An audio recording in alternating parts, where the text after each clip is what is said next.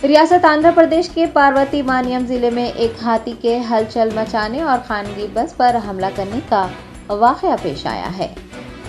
तफसीलात के मुताबिक पार्वतीपुरा मानियम जिले के अर्थम गांव में एक हाथी ने एक खानगी बस पर हमला करते हुए विंडशील्ड को नुकसान पहुंचाया। हाथी के बस पर हमले का वीडियो सोशल मीडिया पर तेजी से शेयर किया जा रहा है। वीडियो में देखा जा सकता है कि हाथी को बस की तरफ बढ़ता देख बस में सवार मुसाफिर खौफजदा हो गए और कुछ बस से उतरकर भागने भी लगे।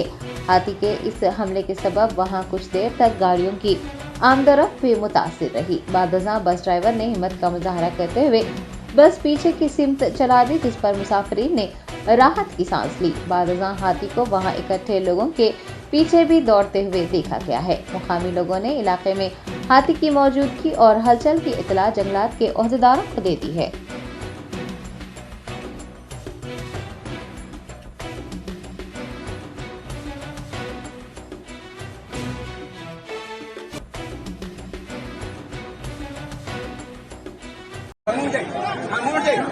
అలా బాస్ చాలా